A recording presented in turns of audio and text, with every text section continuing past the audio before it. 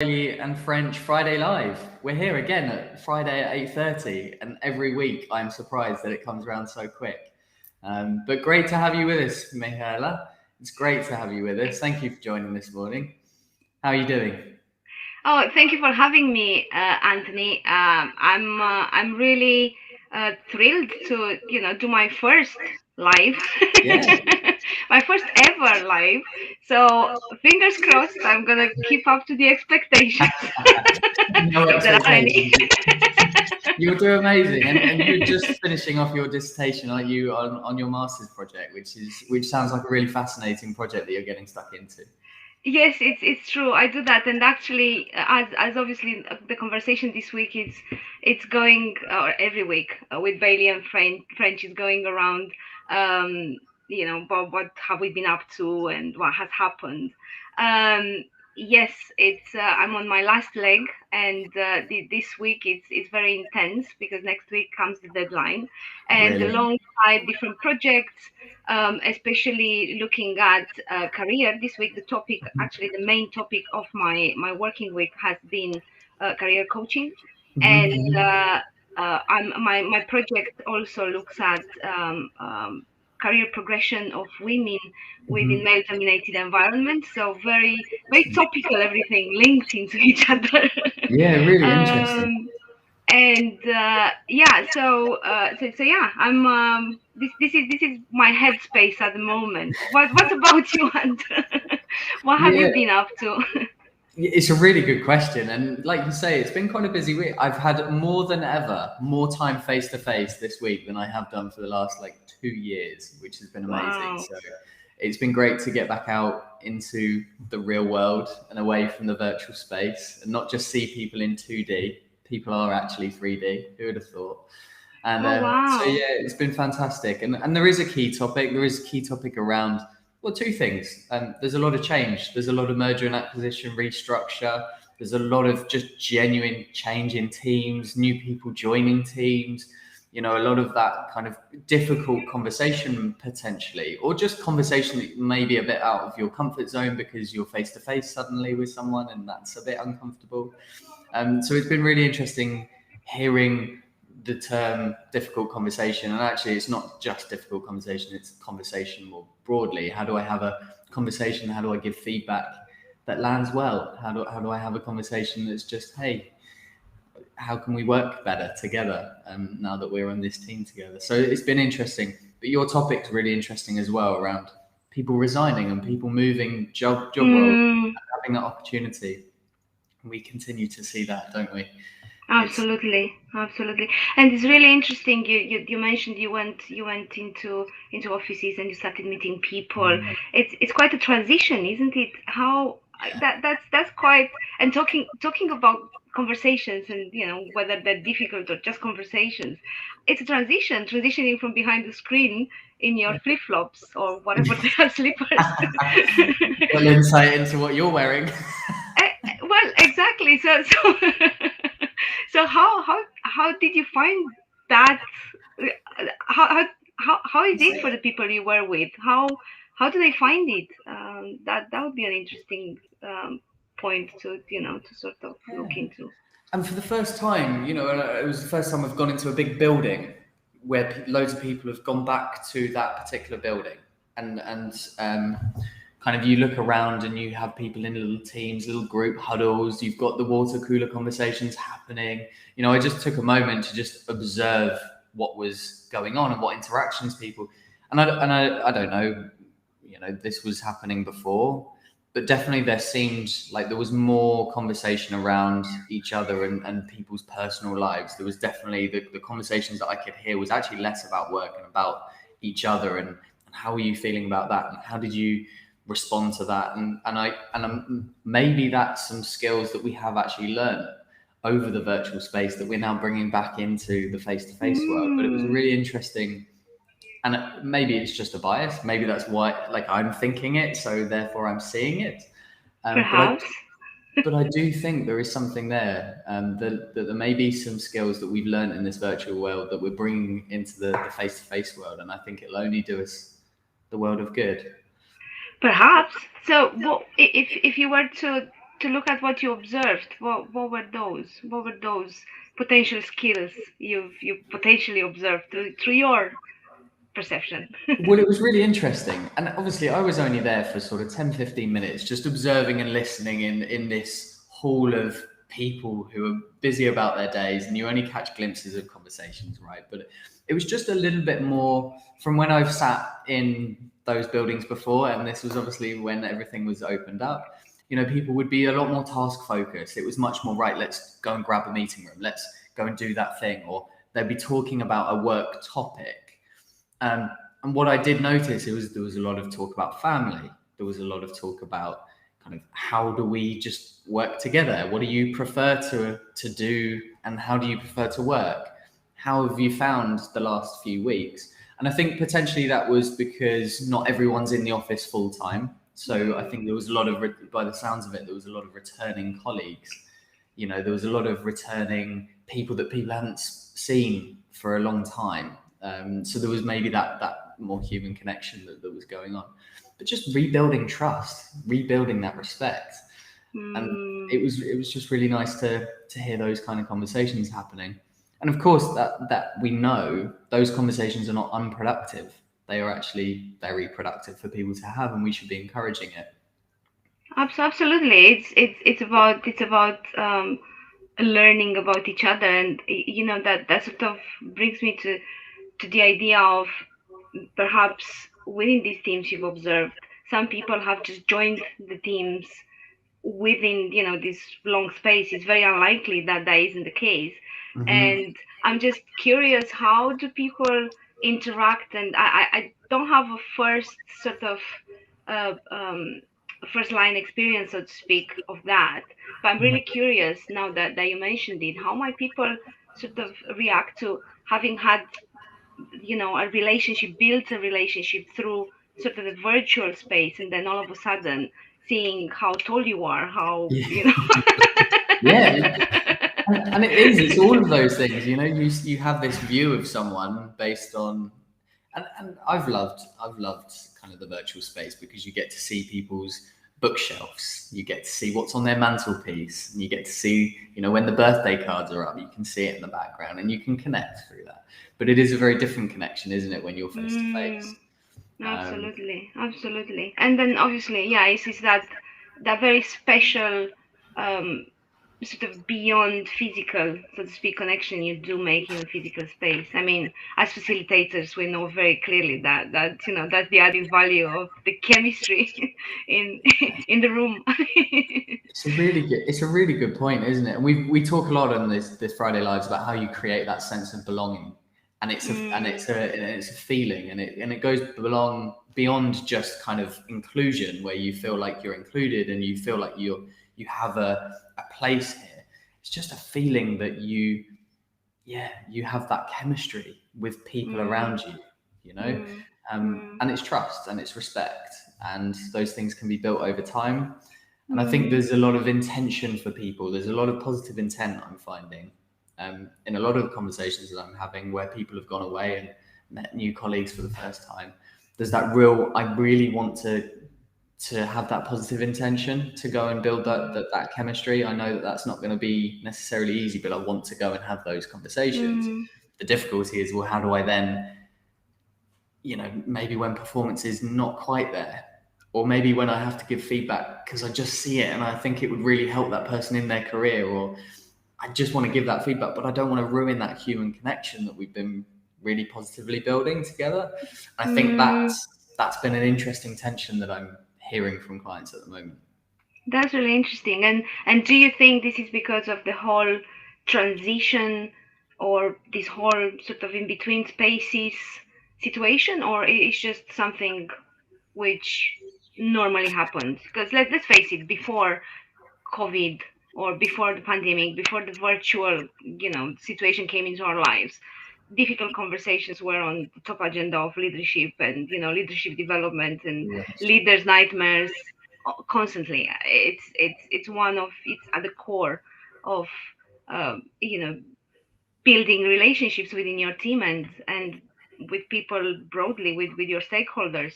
Um, and has this whole like in between and the transition into the new space? Has it made it more sort of um, more intense, more acute, Mm, less? Has it had any impact? What do you think? mm. That's a really good question. It's a really good question because it's also it's maybe just a case that it's a bit different, and maybe it's at Mm, front of mind at the moment because people are wanting to have those really positive intentions because they haven't seen people in a while or they're connecting face to face or like you've experienced, right? From the career point of view, a lot of people are reimagining who they want to be at work mm, and in life. They're reimagining their new role, their new position, their new identity within an organization because they could. And that's partly maybe why they moved role or changed jobs, mm, as many people are doing at the moment. So then it's a case of identity, right? And then you don't want to, oh, I'm having these really positive conversations and I'm getting a lot of positive energy back. I really don't want to ruin that and have a different mm, identity because I'm really enjoying this human connection. But I don't want to tread on toes. But I guess you're right. That conversation has been happening for a long time. That's nothing new. mm. But I wonder whether it's just heightened at the moment, given all of the change and the changes that people are making in roles. Mm, that's a good point. Or maybe it's just a certain level, talking about identity. Is that sort of level of nervousness, or not quite having the expertise, if you want, on how to interact, as we mentioned about maybe new people. The dynamic changed. Absolutely. We know that when you spend so much time in a certain scenario, you create new habits, you Mm, create new sort of rituals within the mm, team and within the interaction with the team and the team members, and the way you communicate, the way you sort of approach things. And as you said, the water cooler, that although I'm aware that many organizations and many teams have tried to be more social via the virtual space, and that there are all sorts of different examples we've heard and seen, some wackier than others. But besides that, it's still the prevalent theme was a very focused sort of interaction. We're meeting to talk about whatever, doesn't matter, regardless of whether it's productive or not. It's from this, 1/2 past to whatever, and that's it. It's half an hour, and we don't really get the opportunity to have any sort of, I don't know, maybe serendipitous yeah. interactions, the kind of, the random serendipity which happens generally when we're randomly meeting people in the Yeah. building or at Yeah. lunch, or Yeah. um, Yeah. so I suppose it might be an element of, yeah, not quite sure how this looks like for me. And as you said, don't want to ruin, so I'm just, sitting on a fence rather than No, but it's an interesting topic, and you're right to challenge. Has it always been that way, and is it just heightened? But yeah, it's an interesting point, isn't it? And I guess it comes into role modeling. So you're hearing a lot of that with clients at the moment. How much mm, how much are you hearing of that? And so thinking about, so a lot of the people that will be listening are senior leaders in different positions, not necessarily just from a people function, but across. What are you hearing from them at the moment? it's an interesting question. A lot of it goes around, the sort of productivity. How do they make things work at the moment? And beyond their own, um, sort of their own challenges to support the team and get things moving. Some of them have already, created a space where they're functioning very well and things are completely transformed than they used to be, and they're quite happy in that space. But for others, it's this question mark around what would be best for the future, because nobody knows what would be best for the future. So it's still, I suppose, it's this uncertainty which sort of looms. And yeah, I think that's the biggest topic around how do we make it work, basically. Yeah, What and that about you? tension. Yeah, go on. Sorry. No, what Sorry, what about you? What did you hear from the people you interacted with, leaders No, I especially? think it's a really good point that you've touched on, right? That uncertainty. And again, it's creating that tension. You're creating, oh, well, I don't know necessarily. Or I do know, and I know that you're going to have a bit of short term pain, but it's for the long term good of the company and therefore for you long term. And I guess it's about, and we talk a lot about how do you create that transparency, and that's what I was thinking when I was thinking about difficult conversations and the advice that we start to give. So if you're going into these conversations, actually, there's a lot of pre-work that you need to do before going into those conversations. A lot of trust, a lot of respect that you have to build to enable you to have these types of conversations. That's always the first port of call. But then also just kind of being that honesty and that vulnerability. Like, I don't necessarily know what's going to happen. I don't. But we have done some planning. And my intention here is to help you or to support you, not just now and in your role right now, but in the future. And to create a company that is going to thrive and to enable us to have a great company moving forward. Like, that positive intent has to be communicated, I think, from senior leaders. And I think if you're going into those conversations with just those two things, it gives you a lot of leeway, even if you might not communicate it in the right way, or you have to come back to it because you go, oh, that I didn't communicate that well enough. Let me try that again with that person. It gives you that kind of leeway because you're just being a bit honest and a bit vulnerable and a bit, but you on the grounding of trust and respect.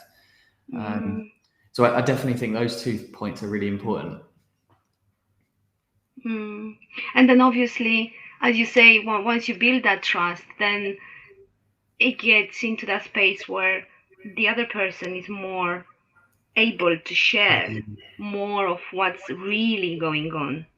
Right. And then that sort of helps you recalibrate Right. and rebuild and co-create the new dynamic. Yeah, love So that. yeah, that's a very good point. No, I think your point around co-creation is a really interesting one, isn't it? Because if you're creating that psychological safety because you've built that trust, and also you're not then just pushing your ideas and thoughts on someone, but you're going, can I just give me just a quick summary of what's actually happening for you right now? What does that world look like? It doesn't mean that I can personalize the experience that you're having directly, but there might be a trend here that we need to look at, and just kind of seeking to understand and Absolutely, yeah, absolutely, and create that. The points you were looking for as well was the other awareness. So that that really leads very nicely into into that part of the building and providing a safe space so that feedback becomes a gift rather than a chore. nice. Yeah, very true, right? Because you want them to feel, and if you're in a senior leadership role, you want them to be inspired by the next step. You want them to be working with you, not against you. And I know that is kind of the sense and the feedback that we're getting at the moment. There is that divide between senior leader and there always is to some certain degree. That's nothing new for sure. But you can kind of bridge that gap a little bit to help people feel like they're co-creating that future with you. They're building the future of that company or that team, or even just on that project, because we know that most of these conversations are happening project by project. It's always interesting thinking about that gap as well between the intention and the action, and kind of people going into these conversations having that positive intent to do everything that we've just talked about, but they're not really following through. Have you seen that at all? Oh, that's a good question. I suppose I did see it in the past. Yeah, absolutely. I mean, I suppose we all do it. Whether I don't think, regardless of how high your level of awareness or self-awareness is, it's very the world is complex. Situations around you are complex. The sort of the virtual world we lived in has added to that complexity.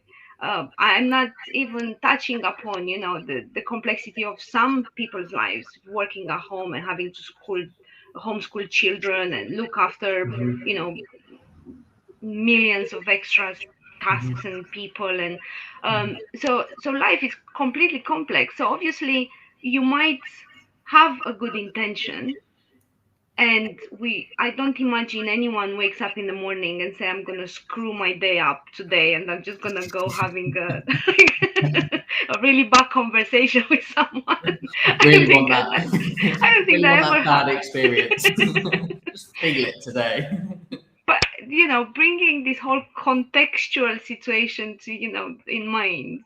I mean, yeah, it's and in real life in the past you might have had a bad commute journey, or a client might have had a not so very nice conversation with you all together in the morning, and then you get to your team, and yeah, absolutely, whatever intentions you had, they go through the window. It's a moment thing, isn't it? And that just brings me back to the whole contextualizing this then, um, to this whole concept of being mindful of what are you really, what's really coming through, because what's going on for you, we know as business psychologists, and that whatever goes under the bonnet, so to speak, it kind of transpires in the interaction if you're not mindful to sort of, I don't know, channel it in the right way, or just attend to it prior to. So, yeah, we're complex beings, and that's beautiful about us. But at the same time, we've got to be mindful that that might affect rather, or become more unhelpful rather than helpful in interactions under the heat of the moment. When we're under pressure, and um, we need to I suppose what the conclusion to this is, perhaps ensuring that we're, through this mindfulness of our response, that we're actually talking about being intentional, we're matching as closely as possible to that ideal self scenario, and equally we check in with the other person. How has this landed for you? um, That's probably the one that resonates with me the most. It's and did that, you know what I was trying to do there, and like we were having a conversation there that maybe wasn't comfortable for both of us, but was it all right?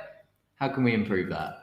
Like, and it sounds really quite fluffy when you say that out loud, but it is so important. It's so important to the team that those kind of feedback conversations, and you're seen to role model those kind of feedback moments.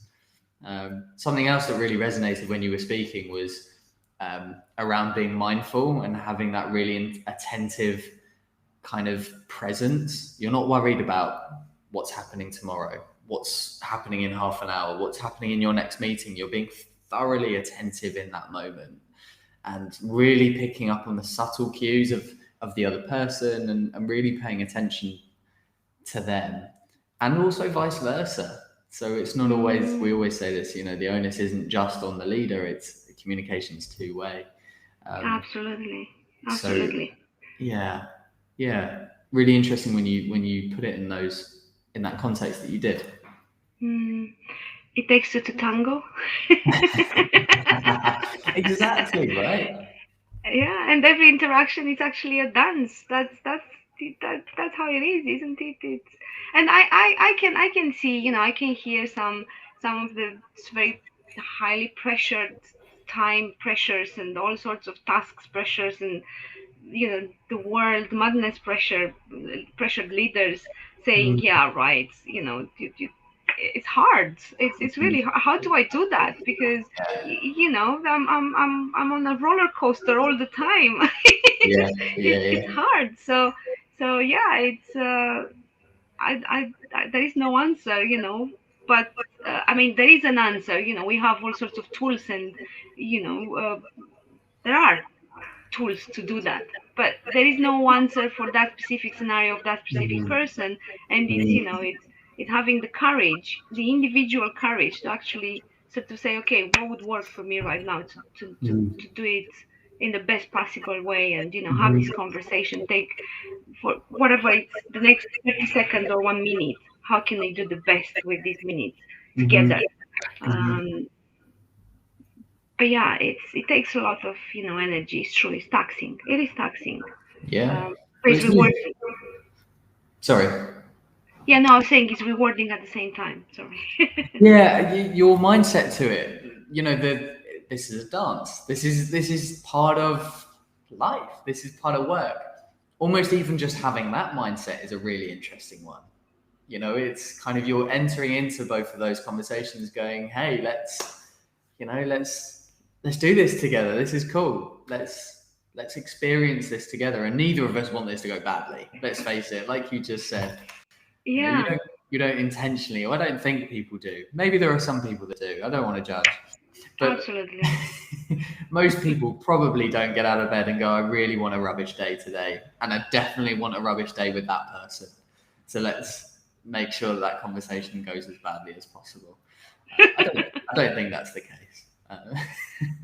No, I'm sure that's not. I mean, if you take the time to have, a bit of a reflective moment after any kind of bad situation has happened, in my experience as a coach, in my experience generally, it's very rare where people said, "I had that intention." I mean, that goes into, a dark scenario we don't want to go into. But if that's the case, but generally, that's not the case. Absolutely not. So yeah, you're right. Conscious of time. Gosh, that went fast, hasn't it? It goes really quick, doesn't it? Yeah, it goes really quick.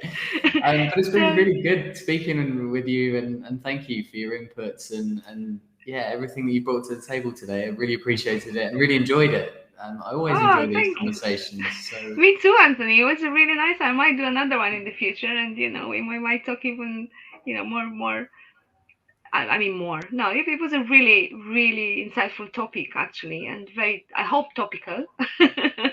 Yeah, well, I hope, those that are listening, and thank you for the comments and things that have been coming through, and we've kind of been answering them as we've been going. So I've not put them on the screen as we sometimes would normally do, but it's been great having the interaction. I think this is a really key topic and probably one that we'll keep revisiting, and absolutely, we'll have to get you back on another time. Great having you with us, and thank you for joining this morning. Thank you so much, Anthony, for having me. I don't know if you wanted to do a summary or if we just leave it as it is, or. It's a really good question, isn't it? Maybe we should start doing that. Maybe we should start doing that at the end. We normally run out of time, so it's normally like a quick. Okay, we've run out of time because we covered a whole load of topics. I don't know, a key takeaway for me, because we do have 1 minute. 1 minute, so 30 seconds for me, 30 seconds for you, and then we'll catch up. But a big key takeaway for me is that be mindful that you're in the moment, and be really attentive in that time that you have with that person. Be really attentive, block everything else out, and just focus on that moment and deliver that with positive intent and hope for the best, I suppose. What about you? What are you taking away? Well, a bit of that, of course. It is about creating that mind space, and not only the mind space, but even the physical space where you allow for that conversation to be important, as you said. And then I think the other one is a bit of reflection more than anything. And I'm gonna probably search now. You know how it is. You primed me to it. So when I'm gonna have conversations with people, I'm gonna be really curious how this transition of going back into the physical space, how does it look for them, and how this kind of sort of open feedback, or just open conversations, how do they go for them? Because I think this is going to be for next whatever number of months. I suppose it's going to be really important for all of us. Are you nervous? How do you check in with yourself when you show up in these kind of scenarios? That you're actually allowing yourself to be the best you can be for the team and for what's going on there. That's a good one. Yeah. Nice, great summary. Thank you. Thank you. you, Anthony. And That now was it's really lovely. and now it's 9 o'clock. We have to go. But thank you everyone Yeah. who's been joining and listening, and thank you for joining us. Thank you. And everybody have a lovely weekend. Yeah, enjoy. Take care. Thank you. You too. Bye.